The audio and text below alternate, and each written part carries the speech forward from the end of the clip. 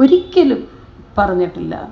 എനിക്ക് വേണം, അത് വേണം, ഇത് വേണം എന്ന് ആരോടും പറഞ്ഞിട്ടില്ല.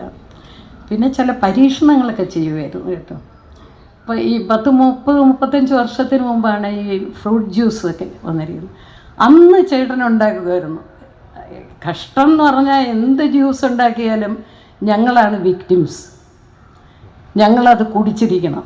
ഇല്ലെങ്കിൽ വഴി ഗേറ്റിൻ്റെ അവിടെ വന്ന് നിന്ന് ആരെങ്കിലും പോകുന്നുണ്ടെങ്കിൽ അവരെയൊക്കെ വിളിച്ചുകൊണ്ട് വന്ന് കൊടുത്തിരിക്കും. ഇതായിരുന്നു സ്വഭാവം. ഒരു പച്ചയായ മനുഷ്യൻ. സ്നേഹം അല്ലാതെ വേറെ എന്തിനെപ്പറ്റിയും ഒന്നിനെപ്പറ്റിയും അറിയാത്ത മനുഷ്യൻ കൂടിയായിരുന്നു. സ്നേഹസമ്പന്നനായിരുന്നു.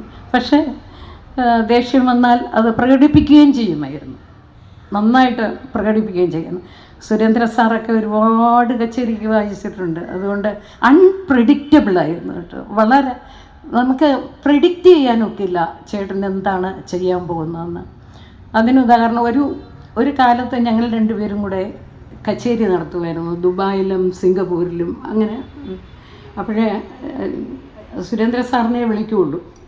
വിളിച്ചിട്ട് കാപ്പി നാരായണിയിലുള്ള സരസ്വത സമാധാനം എൻ്റെ അടുത്ത് പറയും, നീ രാഗമൊന്നും നോക്കണ്ട, കാപ്പി നാരായണിയുടെ സ്വരവും നോക്കണ്ട, നിരവലും നോക്കണ്ട, നീ കീർത്തനം അങ്ങ് എൻ്റെ കൂടെ പാടിയാൽ മതി. ഞാൻ അങ്ങനെ വിചാരിച്ചിരിക്കും. ഒടുക്കൻ സ്റ്റേജിൽ ചെല്ലുമ്പോൾ കാപ്പി നാരായണി രാഗം തന്നെ അങ്ങ് പാടിയിട്ട് എന്നോട് പറയും, നീയും കൂടെ പാടും. അയ്യോ, ഞാൻ അവിടെ ഇരുന്ന് ഉരുകി പോവും. നിരവൽ പാടിയിട്ട് നീ പാട അടുത്ത്, പിന്നെ സ്വരം പാടിയിട്ട് നീ പാടും. ഞാൻ അവിടെ ഇരുന്ന് ഇദ്ദേഹം പാടുമ്പോൾ തപ്പി നോക്കുക സ്വരങ്ങൾ ഏതൊക്കെയാണ് പാടേണ്ടതെന്ന്. കാരണം ഒന്നും നോക്കിയിട്ടില്ല. വളരെ റെയറായിട്ടുള്ള രാഗം. ഇങ്ങനെയുള്ള ഈ അൺപ്രെഡിക്റ്റബിളായിരുന്നു. പക്ഷെ അതൊക്കെ ഇപ്പോൾ ഓർക്കുമ്പോൾ എനിക്ക്